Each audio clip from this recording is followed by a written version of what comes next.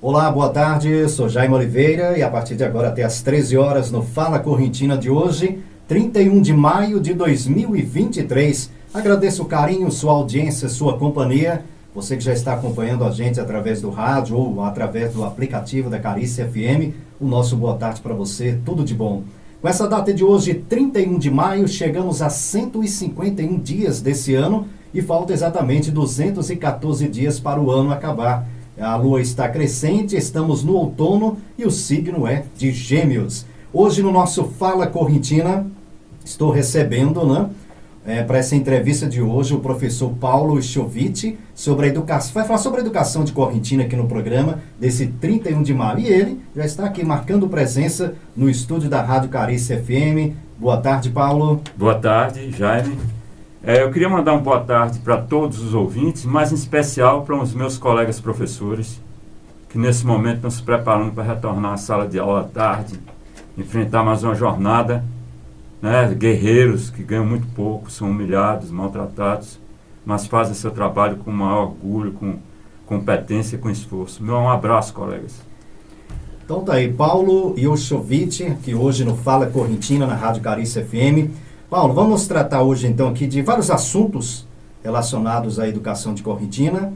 Você que é professor, que disciplina, e que escola você trabalha, qual a sua formação acadêmica? Passa aí esse resumo para todos os ouvintes da Rádio Carícia. Bem, Jaime, eu sou professor da rede municipal e da rede estadual de ensino e em ambas as redes eu ministro aulas de história, que é a minha formação. História. Eu trabalho pelo município na escola Edivaldo Machado Boaventura, me orgulho muito de trabalhar nessa escola. É uma escola de pessoas que dão o melhor de si, apesar da precariedade das condições que são fornecidas a elas. E é o Duque de Caxias também, que é um colégio que eu me sinto muito bem em dar aula, tenho colegas muito competentes. Você dá aula também no Duque de Caxias. E sobre a sua formação acadêmica? Bem, conforme está na minha plataforma Lattes, eu sou mestre em História Contemporânea pela Universidade do Porto, pela Faculdade de Letras da Universidade do Porto. Sou professor na Prefeitura Municipal de Correntina, já foi dito. Tenho experiência na área de História, com ênfase em História Contemporânea, Stalin, Revolução Russa, União Soviética, Marxismo, Teoria da História, Epistemologia da História e Ensino da História. Além de ser especialista em História africana, brasileira e afro-brasileira, e educação antirracista. E sobre a sua pesquisa de mestrado, Paulo, foi sobre o quê? Bem, a minha pesquisa de mestrado, ela, na verdade, foi um trabalho científico de análise comparativa de 2 manuais escolares, de 2 livros didáticos de História, do 9º ano. Um de Portugal e outro do Brasil, Foi aplicado um questionário lá, e o mesmo questionário foi aplicado aqui no Brasil, em Correntina, e o outro lá em Portugal foi na cidade do Porto, em escolas ao redor da cidade do Porto. Foi um trabalho muito interessante. Essa análise que era feita dos manuais, ela partia do viés biográfico de um personagem histórico chamado Stalin, que os livros didáticos apresentam uma quantidade enorme de incorreções, de deturpações históricas que eu provei no meu trabalho, Todo esse trabalho foi baseado em fontes primárias a partir dos arquivos soviéticos da Federação Russa. Eu tive acesso aos arquivos russos e fiz a análise a partir dessas informações dos arquivos e do trabalho feito por outros pesquisadores em vários lugares do mundo. E nessa época você estava já em Correntina? Não, eu estava em Portugal. Já estava em Portugal. Eu contei com a ajuda dos colegas aqui na aplicação do questionário. O questionário foi aplicado aqui para turmas do 9º ano do ensino fundamental e lá no Porto também para alunos do 9º ano do ensino fundamental. Isso foi em que ano, Paulo? Foi 2016 até final de 2018, início de 2019. Porque houve um atraso para a minha ida lá por conta da burocracia, tanto aqui para o departamento jurídico acertar tudo para eu poder ir, com base legal, o Conselho Municipal de Acompanhamento Social do Fundeb, Conselho Municipal de Educação, Câmara de Vereadores e o próprio visto no Consulado de Salvador. Tanto é que eu tive que ficar mais tempo lá um pouco para poder repor essa carga horária, para completar a carga horária. E o Paulo Oistovich, que ano você chegou aqui em Correntina? Eu cheguei aqui em 1980. 80. Conheço isso aqui muito bem. Qual foi o objetivo de escolher Correntina? Não foi bem uma escolha. Naquela época nós vivíamos sob a vigência da ditadura militar no Brasil. A ditadura militar acaba em 85. E na época eu era militante do atual PCdoB, que era o Partido Comunista do Brasil, que a sigla é PCdoB, que por coincidência é o mesmo partido que o prefeito de Correntina, do atual prefeito de Correntina, né? Só que mudou muito, né? E eu era líder estudantil. Então eu fui caçado, fui perseguido, e o partido tomou por decisão que eu deveria vir para cá, não só por uma questão de segurança, mas também para reatar o contato com o senhor Wilson Martins Furtado, que fundou o Sindicato dos Trabalhadores Rurais de Correntina aqui, em janeiro de 80, que foi um sobrevivente da guerrilha do Araguaia, que se instalou aqui nessa região. Aliás, ele foi até designado por Ângelo Arroio e Pedro Pomar, que morreu na chacina da Lapa, para vir fazer o levantamento topográfico dessa região e dar suporte alimentar e de estrutura para os destacamentos A, B e C da guerrilha. Isso está registrado no livro de Everaldo Augusto, vereador, hoje é deputado da Assembleia Legislativa de Salvador, que tem um livro, Wilson Martins Furtado, Vida e Luta. Está registrado lá, tem 2 artigos meus no livro. Interessante sua história, viu, Paulo? Mas a pergunta seria essa agora: por que você escolheu esse tema, resolveu cursar um mestrado em Portugal, na Universidade do Porto, e não aqui mesmo, na Universidade Brasileira, já que os seus colegas professores fizeram, e muitos fazem mestrado em universidades aqui brasileiras? Algum colega seu também que fez mestrado fora do Brasil, onde, ou não? Bem, já não é, indo direto à questão da escolha, eu escolhi fazer lá, primeiro por uma pesquisa que eu fiz, que a educação de Portugal está muito melhor do que a nossa. Avançada, né? Muito mais avançada, a qualidade melhor. E na minha área de ciências humanas e sociais, que é a área de história contemporânea, né? Eu estive avaliando os cursos daqui do Brasil, que são cursos muito ruins. O Brasil tem excelentes cursos nas áreas de exatas e nas áreas de ciências naturais, mas na área de ciências humanas, principalmente, já teve grandes cursos, hoje não, hoje o curso é muito ruim. Principalmente na área de história. E pior ainda quando se refere à história contemporânea. Eu estive avaliando. Então, eu decidi fazer, eu tinha ido visitar Portugal em 2015. Fiquei lá 2 meses. E nesses 2 meses eu não fui lá para curtir, né? Eu fui para ir a museu, fui em vários museus, fui no Arquivo Nacional da Torre do Tombo em Lisboa, onde tem vários documentos do período colonial, inclusive daqui de Correntina, que eu tive a oportunidade de ver, né? E visitei muitos museus. Como eu fiquei na cidade do Porto, eu frequentava muito a biblioteca da Faculdade de Letras da Universidade do Porto. Lia muito. E um dia eu subindo de um pavilhão para outro, o elevador estava lotado, eu resolvi subir de escada. Tinha um cartaz falando da inscrição para a seleção para o mestrado em História Contemporânea com agregação internacional. E aí eu vi os documentos exigidos, as condições e me inscrevi. Não é? Uma possibilidade. Aí lá na inscrição, eu levei minha documentação, fiz a inscrição e foi marcado lá os exames de seleção. Eu fiz 3 entrevistas de fluência em idiomas, fiz uma prova lá de exame de domínio do português lusitano, o português matriz, a matriz da língua mesmo. Fiz também algumas na minha área de história contemporânea, e apresentei um projeto de pesquisa, que foi esse trabalho, né? E lá eu tive que defender esse projeto de pesquisa, provar a viabilidade dele para um colegiado de 15 professores. Né? Tive que defender, e essa é a nota mais alta. Essa aí no desempate é a nota mais alta. Como meu visto expirava aos 2 meses, a menina lá da Secretaria Acadêmica me orientou que eu voltasse, que ela mandaria o resultado pelo e-mail. E eu não sabia se passava, voltei e não falei para ninguém. Por minha surpresa, eu recebi o resultado que eu tinha tirado em primeiro lugar. Uma turma de 29 alunos de várias nacionalidades. Né? Parabéns. E como eu havia perguntado também, se tem algum colega seu também que fez Sim, eu soube de uma colega, porque quando eu cheguei, em 2019, teve um encontro pedagógico desse de abertura do ano letivo, e me convidaram para fazer uma roda de conversa, participar de uma roda de conversa sobre a experiência do mestrado, né? E para minha surpresa, eu conversei com uma colega que estava ao lado e ela disse que tinha feito um mestrado no Paraguai. Interessante. Mas aí tem um problema, porque o curso de mestrado na Universidade do Paraguai não é reconhecido no Brasil. E quando você vai revalidar o diploma aqui, o Brasil não considera. Por quê? Porque uma das normas da CAPES é que a universidade que você tenha cursado no exterior tem uma colocação no ranking mundial maior do que a que você vai pedir a equiparação. Entendeu? Então tinha que ser maior do que o Brasil. A Universidade do Porto é entre as primeiras do mundo e entre as melhores da Europa. Está muito acima da UNB. Se você entrar no ranking mundial, você vai ver. Está muito acima da UNB, está muito acima da Universidade Federal do Recôncavo, está muito acima da UNEB. A UNEB, eu fui olhar a classificação pela CAPES, a colocação está em 3.000 e cacetada.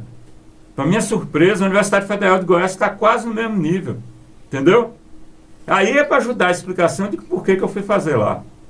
Queria complementar quanto à informação acadêmica, que eu gosto de prestar conta do meu trabalho para a comunidade, porque foi a sociedade que financiou o meu curso e eu tenho a obrigação de fazer isso.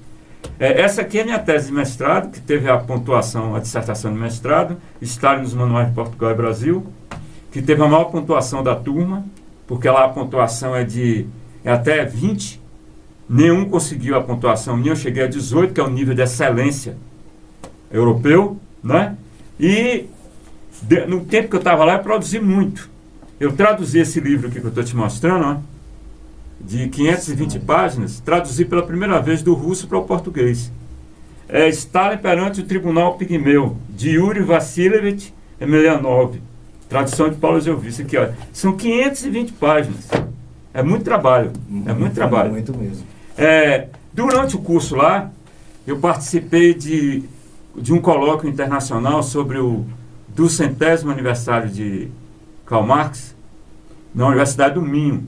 Fiz uma apresentação com um grande professor, que dividiu uma apresentação comigo de um trabalho que fizemos em conjunto, e ele não era meu professor do curso de mestrado. Nós nos conhecemos num outro colóquio, que é o Dr. Nuno Bessa Moreira, que é professor de História Contemporânea também.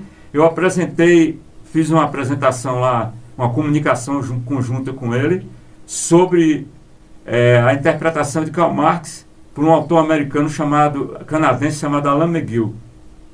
Fiz essa apresentação e fiz uma sozinho, sobre memória e desmemória na história da União Soviética. Né? Foi uma apresentação também nesse colóquio. Durante também o mestrado, eu produzi um texto para um jornal russo chamado Pravda. Foi publicado lá um artigo de 56 páginas, no Pravda, que em russo quer dizer a verdade, né? Sobre Stalin, que é um personagem da história deles lá na Rússia. E fui premiado, inclusive, com uma medalha por isso. Eu tenho uma medalha do governo da Federação Russa, por conta desse trabalho que foi feito. A questão do mestrado também, existe uma coisa que a gente tem que levar em consideração. Você ser mestre ou ser doutor não é apenas o fato de você ter o título. O diploma. Isso é muito relativo. Eu posso ter um título acadêmico de mestre e doutor e não ter desenvolvido as competências exigidas para possuir um título como esse. Né? Conhecimento necessário. Né? Então, existem duas coisas que eu faço questão de distinguir. Existe o portador de título de mestrado e existe o mestre de verdade. Não é? O cara, eu sou mestre. Se ele não tiver o conhecimento compatível com o título, ele é apenas um portador de um título de mestrado. Ele não pode ser considerado mestre. Aí é que está a grande diferença de você fazer esse curso na Europa. Aí é que está um nível de exigência altíssimo. Altíssimo. E a minha pergunta então, Paulo, seria essa. Ouvindo você falando aí, chega, seus olhos brilham. Mas a minha pergunta, você se arrependeu em optar de ter realizado seu mestrado em História Contemporânea lá em Portugal? Ou não, você faria novamente se fosse possível? Não, eu faria novamente, mas não como professor de Correntina. Eu vou explicar por quê. Num programa recente, sexta-feira, o senhor prefeito me mencionou indiretamente, né? Porque ele falou, teve professor que... Ele até não ofendeu, né? Ele foi muito tranquilo nisso aí. Ele falou, tem professor que fez mestrado em Portugal. O único professor que fez mestrado em Portugal fui eu. Então ele estava falando de mim, né? Então, eu não quero respondê-lo de forma nenhuma, de ser indelicado, de forma nenhuma. Eu só vou aqui complementar a informação. O processo administrativo que me liberou para fazer o mestrado, para cursar o mestrado, e que garantiu a ajuda de custo e o meu salário durante o curso de mestrado em Portugal, foi o processo administrativo número 502/2016. Você está aqui, eu queria mostrar aqui, ó. Aqui. Esse processo, essa decisão do processo administrativo não foi assinado pelo senhor prefeito, infelizmente. Foi assinado pelo senhor Ezequiel Pereira Barbosa. Então o mérito disso aí devia ser colocado a parte dele também, não é? Senão o senhor prefeito vai estar fazendo gentileza com o chapéu alheio, não é? Uma outra informação interessante que a comunidade correntina precisa saber é que durante o curso de mestrado houve um atraso na minha ajuda de custo, do meu salário, de 2 meses, o que me obrigou a comer de favor lá. Eu passei fome. Isso devia ser dito. Sério, Paulo? Sério. Para provar, doutor Marcelo Coimbra foi fazer uma visita com a família dele na Europa, e passou por Portugal, e me ligou e falou, Paulinho, estamos passando aí só para te ver, para dar um alô, que você é irmão nosso de Correntina. Eu digo, ô Marcelo, eu vou ficar muito alegre. Aí ele esteve lá, nós jantamos junto, andamos junto, e ele perguntou como é que estavam as coisas. Eu me queixei para ele dessa situação, né? Aí ele fez a gentileza de procurar o prefeito, conversar para resolver o problema. Eu agradeço muito a ele por isso. Hoje, você perguntou a questão de se eu me arrependo. Né? Eu vou lhe dizer que em alguma parte eu me arrependo. Eu vou lhe dizer por quê. Porque o fato de eu ter feito o mestrado na Europa, apesar de todo o meu esforço, que o mérito eu considero muito mais meu, porque foi esforço meu. Não foi chegar lá e... Lá não tem esse negócio de você ser amiguinho do orientador. Aqui no Brasil, esses cursos de mestrado e doutorado, na área de ciências humanas, tem isso. Geralmente é um cara ligado a um lobby de movimento. Então você tem uma identificação com o cara topa te orientar. Lá não. Lá você tem que fazer exame de seleção. Você não sabe nem quem vai ser seu orientador. Entendeu? Eu tive a honra de ter um excelente orientador. Dr. Luiz Alberto Marques Alves. Que queria até avisar quem faz o prefácio do meu livro, que vai ser publicado agora no Brasil, no 2º semestre. Eu pretendo fazer um lançamento aqui em Correntina, na Câmara de Vereadores. Stalin nos Manuais de Portugal e Brasil. Vai ser publicado pela editora Apris, de Curitiba. É a melhor editora acadêmica do Brasil, com o selo da CAPES. Mas, esse gerou uma situação muito desconfortável quando eu cheguei do mestrado. Eu vou explicar por quê. Porque isso despertou uma inveja muito grande dentro do governo, dentro dos apadrinhados do atual prefeito, na Secretaria Municipal de Educação e demais departamentos, manifestada desde o meu retorno por atos de discriminação, humilhações, fofoca, assédio moral, pressão junto ao gestor para apoio desses atos, além da denominação dos professores municipais como analfabetos, que me incluiu, né? Que eu sou professor. Existe em Correntina uma campanha muito grande de difamação. Para nossa tristeza, existe uma campanha de difamação dos professores de Correntina, capitaneada pelo senhor prefeito e pela secretária de Educação, que chega ao cúmulo do absurdo. Isso é assédio moral. Eu não sei nem porque o nosso sindicato, o Sinditec, não entrou ainda com ação de assédio moral contra a Secretaria de Educação. Porque se nos chama de vagabundos.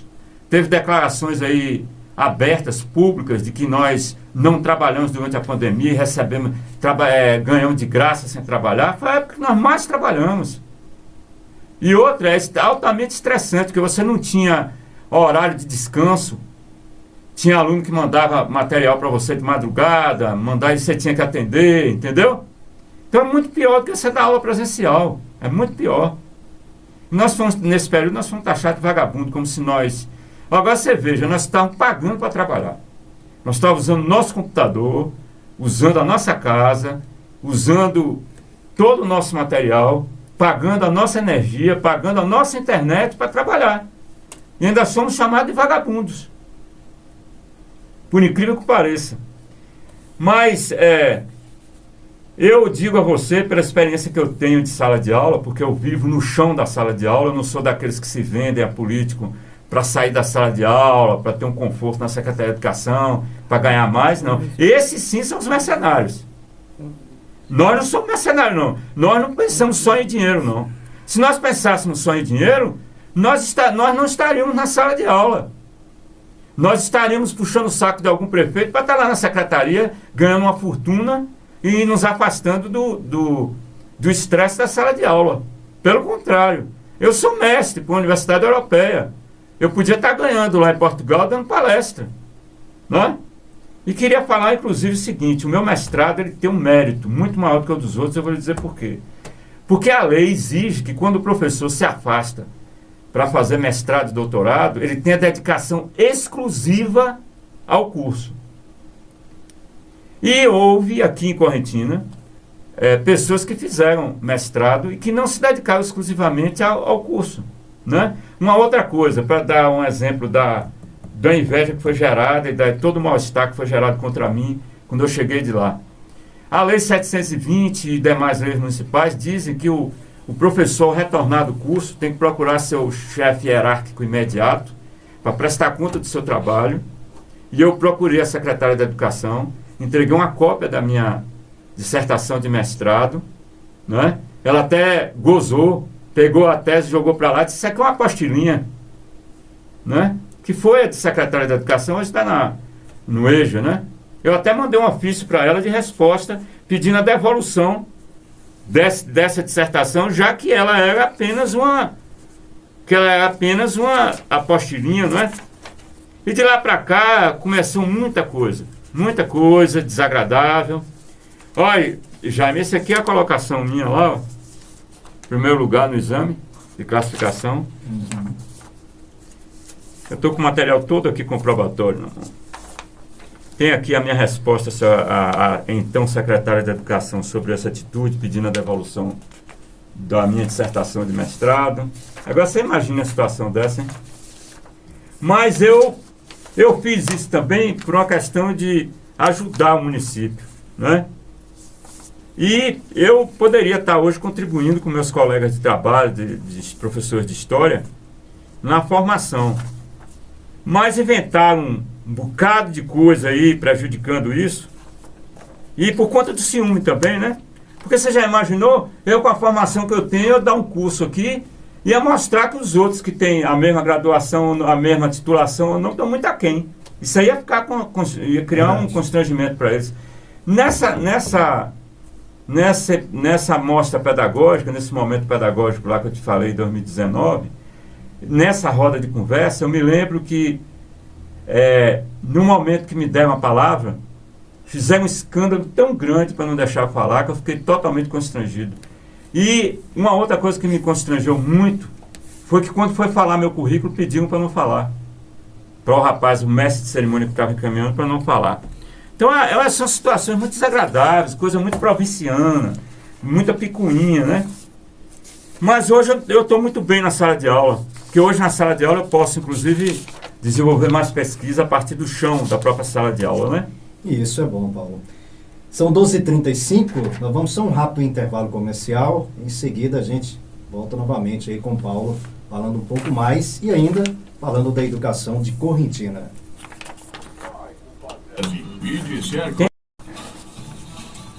É o Fala Correntina, 12h40. Quero deixar abraços aqui para os ouvintes que estão acompanhando a gente via internet no Brasil e lá em Portugal. Né? Os ouvintes estão lá curtindo a gente também, ouvindo a entrevista aqui com o Paulo Oichiovic, acompanhando a gente. Então, nosso abraço aí e uma boa tarde para vocês. Abraços aqui também ao Tonho do Fino, está participando aqui via WhatsApp também, deixando um forte abraço aqui ao Paulo e a todos os correntinenses. Valeu então, Tonho do Fino.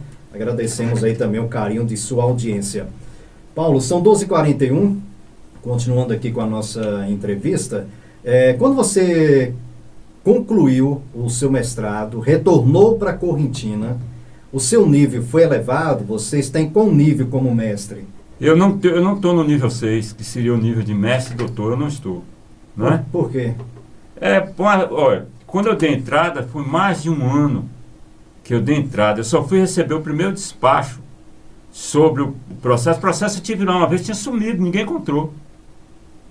Aí depois apareceu, depois de um ano, e tanto é que foram dar o parecer exigindo a documentação. Depois levaram mais alguns meses, depois deram outro parecer e finalmente indeferiram. Né? E finalmente indeferiram. É porque, Jaime, tem um problema aqui em Correntina que dificulta muito a qualidade da educação e a formação do professor, que é um lobismo. Aqui existe um grupo, desde muito tempo, quase mais de uma década aqui em Correntina, que é um grupo ligado a algumas universidades que dominam tudo. Por exemplo, uma pergunta: por que a Prefeitura de Correntina nunca deu um curso de formação pela USP? É sempre por pessoal de Barreiras, pessoal da UNEB, porque não tem outra universidade, tem que ser sempre esse pessoal. Qual é o critério para isso? Porque a USP é muito melhor que a UNEB. A USP é muito melhor que a Universidade Federal do Recôncavo. Porque a USP viria tranquilo, existe apenas força de vontade, porque o critério não é esse. Assim como o critério para ser secretário de Educação em Correntina não é a competência técnica.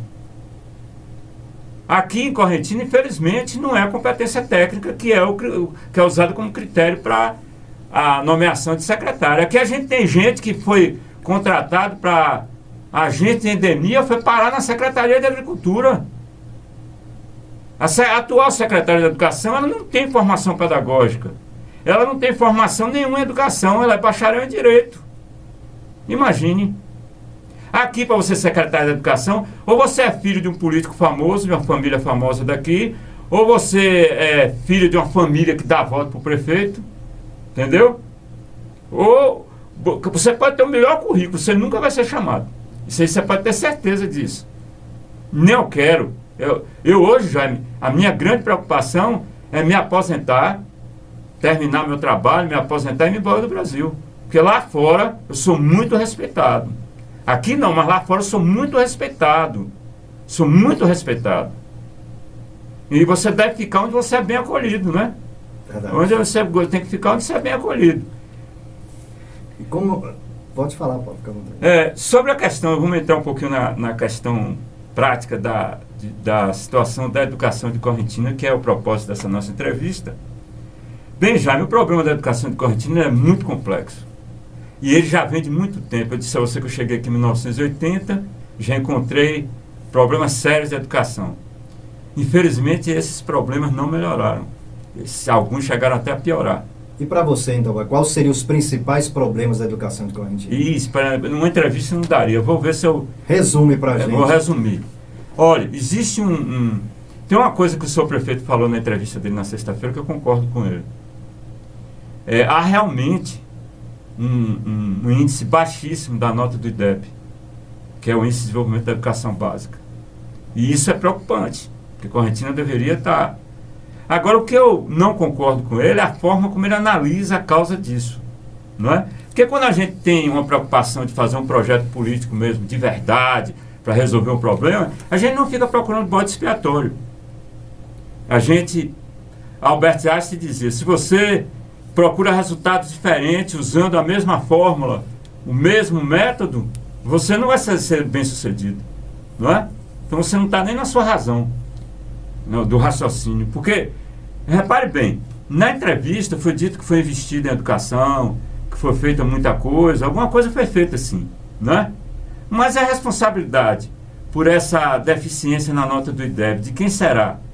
Se um prefeito chama os professores de analfabeto, colocando a culpa na capacitação dos professores porque não estudam, porque a qualidade da educação está ruim, porque os professores não são preparados, aí eu perguntaria como é que esses professores entraram no magistério, como é que eles entraram na sala de aula? Através de concurso que o prefeito fez. Então, foi o próprio prefeito que colocou esse pessoal que hoje ele chama de incompetente, chama de analfabeto, foi ele que colocou dentro da sala de aula. Então a responsabilidade é muito mais dele do que dessas pessoas, porque senão não estariam na sala de aula.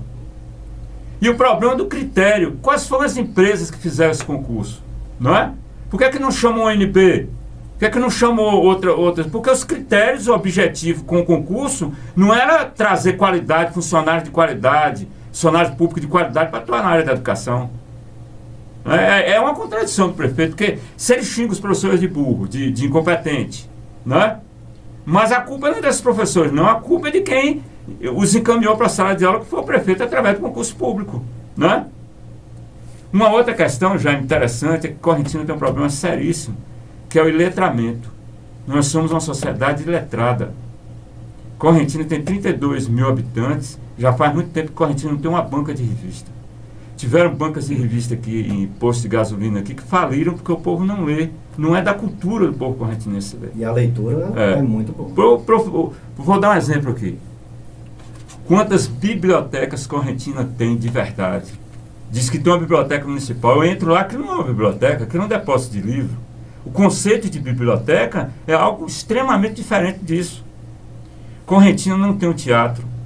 Correntina não tem cinema. Aqui teve cinema anos atrás, foi demolido para construir o Banco do Nordeste, né? É uma vergonha isso para Correntina. É uma vergonha. Correntina, nós inauguramos uma praça, nós construímos escolas novas. Tudo bem, a escola nova, ela é necessária, o espaço para a criança atuar, assistir aula é necessário. E por falar nisso, eu convidaria você como pai e outros pais e autoridades a fazer uma visita à nossa escola, ao Edivaldo Machado Boaventura. O espaço é muito pequeno para a quantidade de crianças. Nós temos uma escola com quadra sem ser coberta, o professor de educação física lá é um herói. Ele tem que ficar alternando a aula teórica na sala de aula com a aula na quadra por causa do sol escaldante, que os alunos não têm condições de ficar lá no sol. E quando chove, do mesmo jeito, né? Então um cara desse é um herói. Ele tem que ficar alternando. O cara desse merece parabéns, não ser chamado de competente. Nós temos excelentes professores lá no Edivaldo, de língua portuguesa, que estão tentando alfabetizar crianças que não conseguiram ser alfabetizadas por pedagogas que hoje estão na Secretaria de Educação, criticando o nosso trabalho. Imagine, Jaime. Quer dizer, essas crianças que nós recebemos das séries iniciais nas séries finais, vieram da mão dessas pedagogas de lá da Secretaria de Educação. Estou falando pedagoga de propósito. Da Secretaria de Educação, que não conseguiram fazer com que as crianças aprendessem a ler e escrever. Então, os professores de língua portuguesa do Edivaldo são heróis, que eles estão tentando alfabetizar nas séries finais do ensino fundamental. Então, no caso, tem crianças que não conseguem ler ainda. A maioria não consegue ler, não consegue escrever corretamente e não entende o que lê. Essa é a verdadeira razão da nota do IDH estar baixa. E lá no caso, no Edivaldo, já a partir do 6º ano, né? 6º ano. Nós temos aluno do 9º que não consegue ler e entender um texto. E a responsabilidade é jogada nas nossas costas. É muito fácil falar do colega quando se faz isso, né? Então, por isso que eu digo, a situação é muito pior do que eu sei. Se a nota do IDH está baixa, Jaime, a nota real do IDH ainda é a mais baixa que aparece, porque tem outros atenuantes. Por exemplo, agora a Secretaria de Educação quer resolver a nota do IDEB, do Índice de Desenvolvimento da Educação Básica, sabe fazendo o quê? Prova unificada, de matemática e língua portuguesa, copiando de outras experiências. Mas a experiência que foi feita no Ceará, em Sobral, ela conjugou, além das provas unificadas de matemática e língua portuguesa, elas aumentaram o salário dos professores, elas motivaram os professores com reconhecimento, com respeito, fizeram uma política de inclusão não só dos alunos, mas também dos professores. Houve uma parceria, houve um trabalho de equipe que não é feito aqui em Correntina. Não é feito e não vai ter sucesso. Só para você ter uma ideia, muitas dessas provas que são enviadas unificadas para o Edivaldo, para a gente aplicar, quem corrige os erros dessas provas que vão para o Edivaldo são os colegas que são chamados analfabetos pela própria Secretaria de Educação, são quem corrige os erros das provas que vão para lá.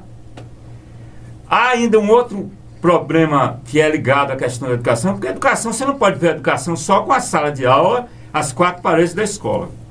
Educação é merenda, é transporte, não é isso? O aluno já sai da casa dele num transporte horrível, com estradas arrasadas, com transporte sem a mínimo de higiene, superlotado. Então essa criança já chega na escola com um déficit.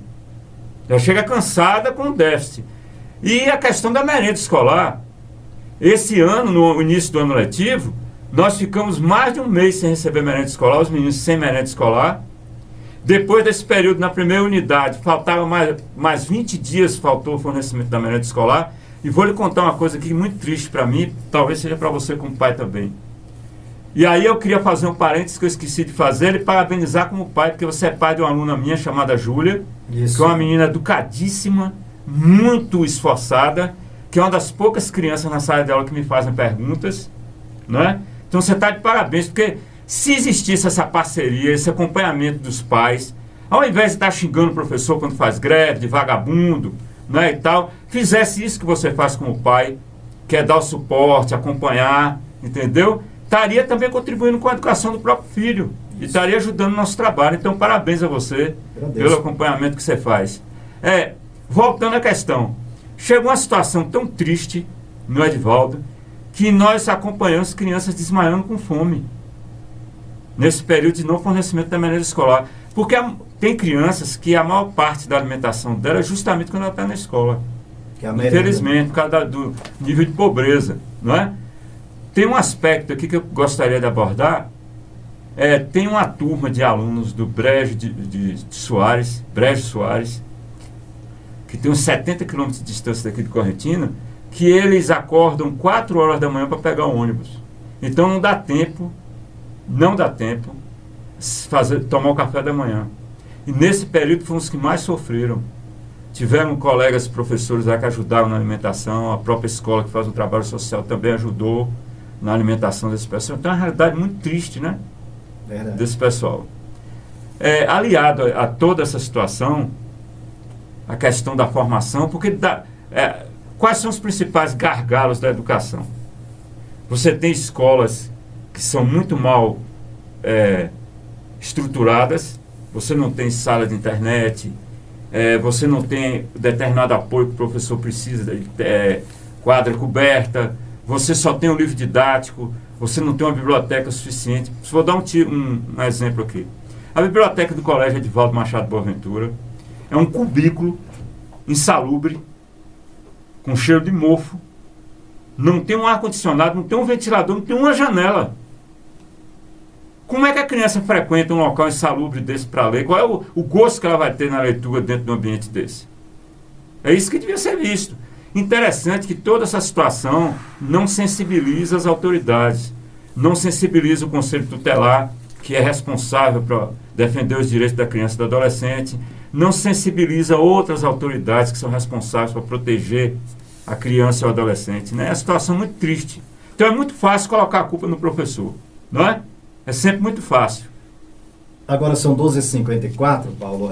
Então, praticamente encerrando o programa, mas na sua opinião, então, o que pode ou o que deve ser feito para melhorar a qualidade da educação de Correntina? Olha, infelizmente, como o problema é muito complexo, quando o mal é muito grande, o remédio é muito amargo. Teve um senhor aqui da secretaria, da secretária do prefeito, que fez uma publicação na rede social, ofendendo os professores, dizendo que o professor não sabe fazer conta e multiplicar de 2 dígitos, que o professor não sabe conjugar os verbos. Interessante que ele foi escrever a palavra mimeógrafo, escreveu mimeógrafo. E disse que teve uma educação melhor do que a gente dá aos filhos dos outros, porque o dele estuda em colégio particular, né?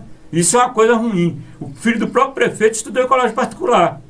Tem gente da Secretaria da Educação que tira os filhos da escola pública para colocar em colégio particular. E a maioria desses pedagogos não alfabetizaram os próprios filhos. E querem nos criticar. Eu queria fazer uma abordagem aqui rapidinha. Minha filha, eu não devo nenhuma explicação para esse povo. Minha filha, a caçula, quem alfabetizou ela fui eu. Eu alfabetizei ela aos 4 anos de idade. Com 7 anos ela já lia Charles Dickens. Ela hoje fala inglês, francês e alemão fluente. Estagiou no Ministério da Fazenda, no Ministério do Planejamento, estagiou no Senado Federal. Sempre em primeira colocação. Sempre em primeira. Hoje ela é empresária, é consultora do Sebrae, é consultora de várias empresas no Brasil, estudou economia, estudou administração, e nasceu numa casa de adobo coberta de palha no couro de porco. Então essa questão, uma coisa que eu sinto, viu, Jaime, que eu queria externar aqui, é que o que não desce no gargalo dessas pessoas em relação a mim é o fato de uma pessoa que era poceiro no couro de porco, que vivia trabalhando dentro de brejo, sair daqui e tirar em primeiro lugar na Universidade Europeia no curso de mestrado. O que não desce na goela desse pessoal é a filha desse agricultor, desse poceiro, criada numa casa de palha, coberta de adobo, sem energia elétrica, sem água canada, sem água tratada, chegar onde chegou. E para encerrar, tem um tópico aí da pergunta que você faz, que é essa questão. O remédio é muito amargo. A primeira coisa que tinha que ser feita é mudar os políticos e mudar o projeto educacional. Uma outra coisa, esse cidadão que fez a crítica para a gente, ele falou uma coisa interessante que eu defendo, que é fazer uma reciclagem com a USP, não só para os professores, mas para todos os funcionários públicos, inclusive para ele. Eu me submeto a essa reciclagem. Que é para... Porque, e o prefeito não vai fazer isso, você sabe por quê? Porque a turma dele, dos apadrinhados dele, não passam. Se fizer uma reciclagem, ele não vai fazer isso nunca. Entendeu? Então fica aí a dica. E eu queria deixar os parabéns, dizer que os professores, ao invés de serem apedrejados pelos pais, deveriam ser apoiados pelos pais, os pais deveriam acompanhar a educação de seus filhos, ver se as tarefas estavam sendo feitas, dar apoio ao professor. Não se melhora a educação, Jaime, xingando o professor em rádio. E eu deixo aqui uma mensagem. Senhor prefeito, ao invés do senhor ir para a rádio, xingar a gente, falar mal do professor, se o senhor quer realmente melhorar a educação, tem muita coisa para o senhor fazer em Correntina. Melhore as estradas que dá acesso às escolas, entendeu? Dê um jeito de tratar a água que é fornecida para a população de Correntina, não é? Conserte as ruas da cidade que estão todas esburacadas, tem muita coisa para fazer. Não dá para ficar perdendo tempo indo para a rádio xingar professor. Pelo contrário, tinha que valorizar o professor, animar o professor, promovê-lo para ele se sentir amparado, para ele se sentir prazeroso de realizar o trabalho dele. Então, aos meus queridos colegas, eu deixo um forte abraço. Dizer que é um orgulho para mim trabalhar como colega deles no Edivaldo, viu? E queria colocar aqui, se você permitir, rapidinho, a voz de um especialista aqui, para justificar para você por que eu não espero o reconhecimento da sociedade correntina quanto ao meu trabalho. Pode sim, pode colocar? Pode sim. Eu vou colocar aqui, peraí, deixa eu botar do início aqui.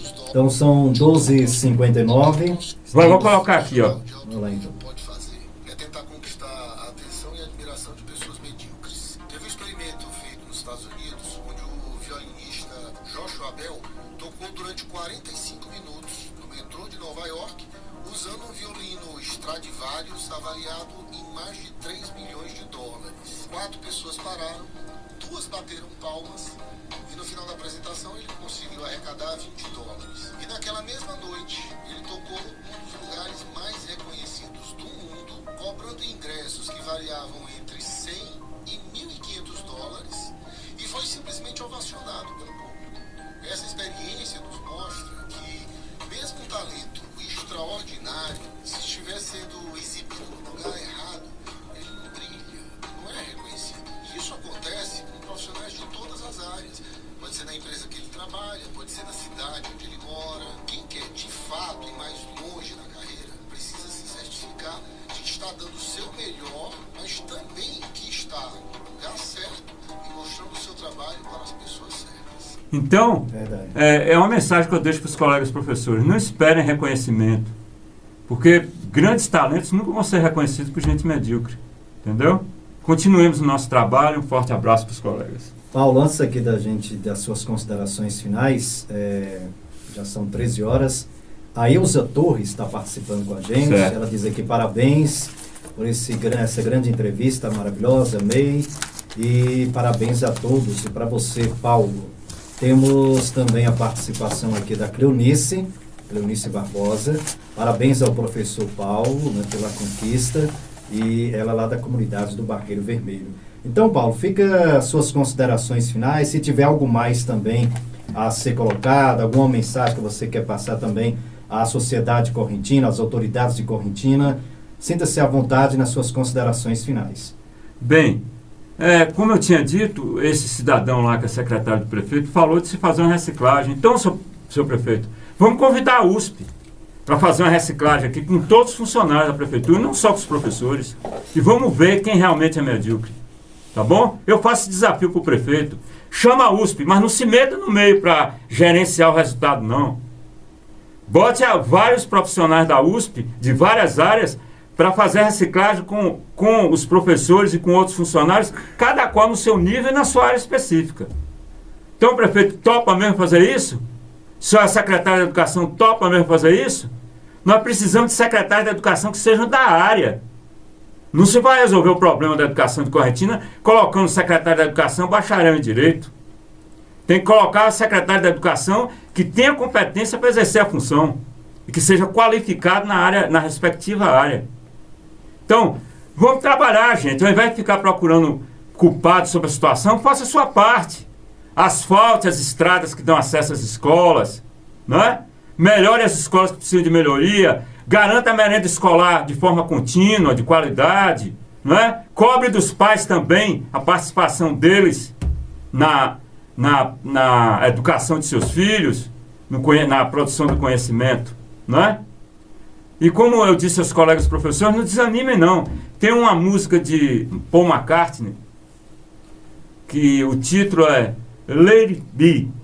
Let It Be quer dizer deixa passar.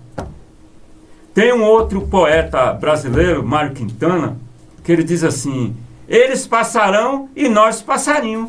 Então, eles que estão nos julgando passarão e nós passarinhos. É essa a mensagem que eu deixo aos meus colegas. Então tá aí, ouvimos Paulo Oichowicz aqui no Fala Correntina de hoje. Agradeço a sua presença, né, pela entrevista de hoje. E você que acompanhou a gente também através do rádio, via internet, agradecemos aí o carinho da audiência, sua companhia. E o Fala Correntina de volta na próxima quarta-feira. Tenham todos uma excelente tarde.